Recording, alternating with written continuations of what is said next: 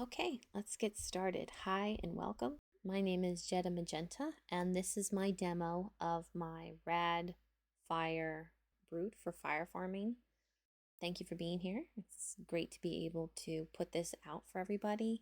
I'm not going to go into huge detail because you can just check out the Google Doc that I linked in the description so that you can see exactly what's under the hood, but I will give some highlights as to why I built her the way I built her and also what to expect for your build when you're for your own farmer. I built her for fire defense, survivability, and endurance. As far as damage, she does just fine. I did not proc her out. I did not try to go with anything that was very meta. I tested a few things, saw what I liked and didn't like, and this is the result. The build's going to cost about 340 million influence, give or take. That's with me purchasing everything with a right now attitude and not waiting for a bid. Now, of course, this is 2025, July. So, as of now, that's what it's going to cost you. It could cost you a little different 6 months from now, just depending on what the auction house is like. But yeah, it was not super expensive. A little pricier than I would have liked, to be honest. But that's the way it is. But for now, if I build something new in the future, well, then I can update this. But yeah, all right, let's see how she performs. I've got her set at level 54 by 8, which means 54 level 54 mobs times 8. So yeah, we'll see how she does. Her main advantages with this build are the fact that she has good endurance capability. Her endurance, she's not an endurance hog, but at the same time, I slotted her with an excellent proc from Brute's Unrelenting Fury ATO enhancement. So that proc is an endurance and regeneration recovery proc.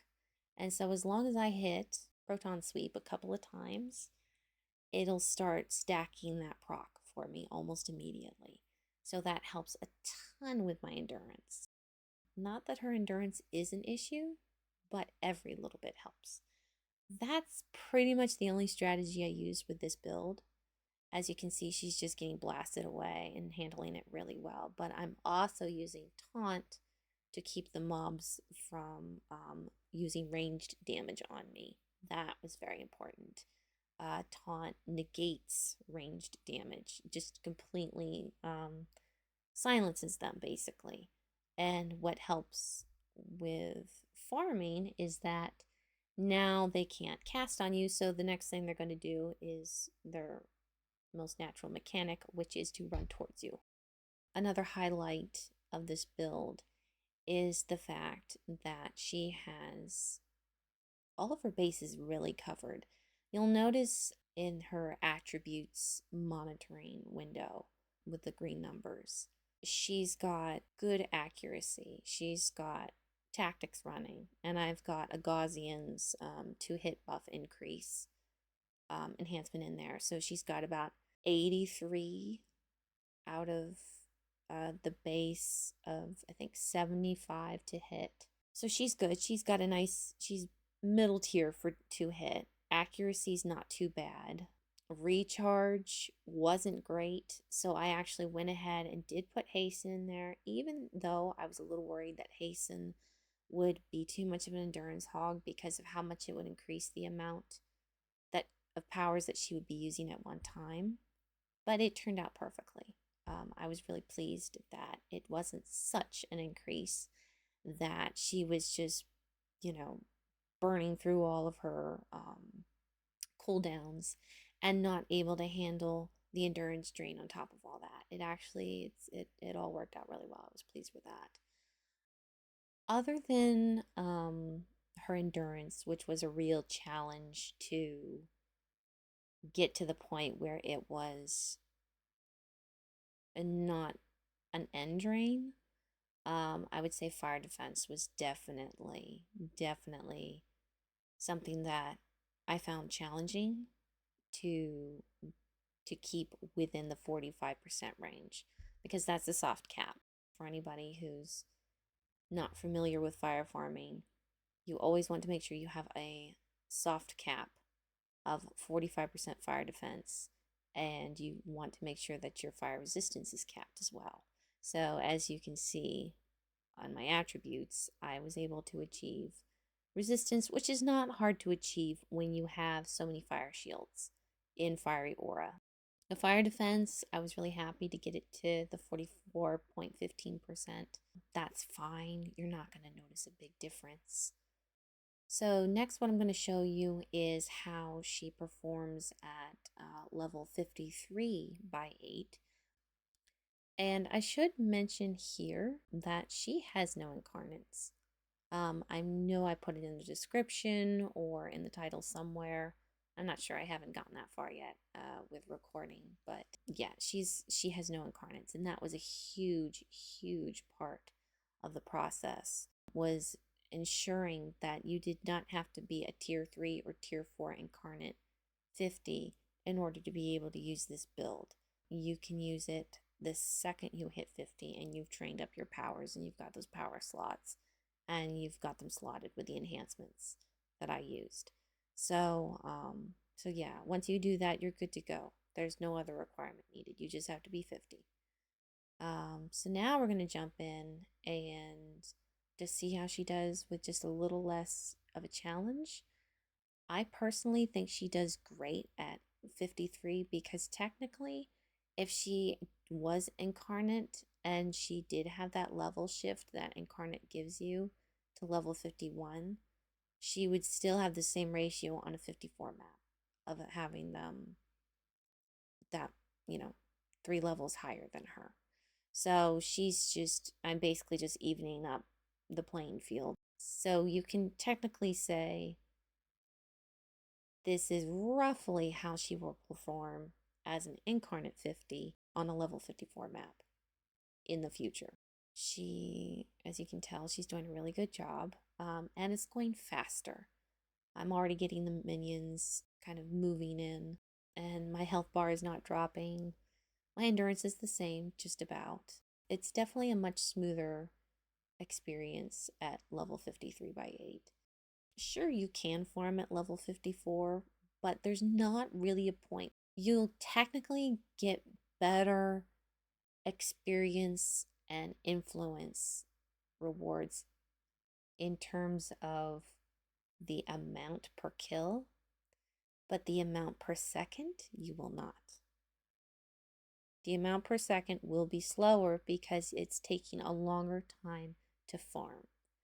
And that is the thing you have to look at when you're farming, is how long is it actually taking you, as opposed to how much reward each one is dropping. Because, I mean, look at that. I've already cleared 2 groups. So whatever I am lacking in the amount that they're dropping, I'm making up for in the amount of time that it's taking me, the less time that it's taking me to actually clear the map. Overall, I'm really pleased with this build. She cleans up really fast, she's efficient, she doesn't eat up a lot of endurance. You've gotten a pretty good idea of how she operates and how she performs.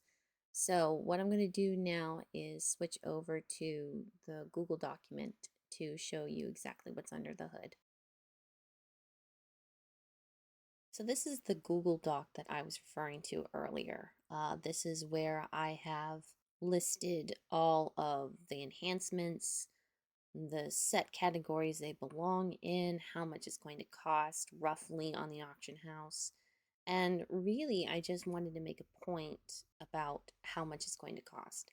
This was probably the most it will cost you, not necessarily exactly what it's going to cost you.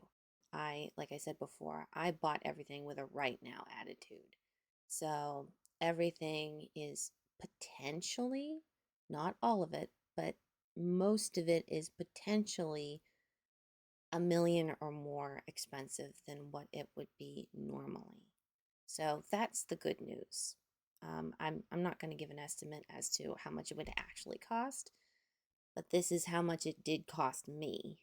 I should also mention that the recharge reduction invention origin enhancements, the ones that you're going to buy off the auction house under crafted and then other category, those were boosted. That means that you're also going to be going on the auction house. You're going to type in booster into the search engine, and then you're going to see that there's an option to buy what's called an enhancement booster. You're going to buy 5 of those. Usually they cost around $1 million, sometimes a little more, sometimes a little less.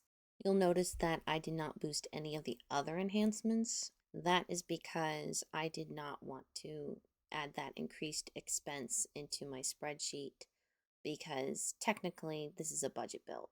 So under a budget, you're not going to be boosting everything under the sun. Now, in the future, when you have the influence to do it, if you want to, and really you should boost the more important enhancements, then yeah, absolutely do that. But right now, it's a budget build. So you're not going to be boosting anything except what's in Hasten and the few recharge IOs that are in your 2-hit buffs. That is my overview of the spreadsheet. Again, I will leave a link in the description. Okay, that's all I have to show for this build. I hope you enjoyed the video. I hope this was helpful. I hope the spreadsheet is helpful and informative and helps you to get to where you want your farmer to be. If you have any questions or comments, just leave them down below. Thanks for watching, and I'll see you in the next video.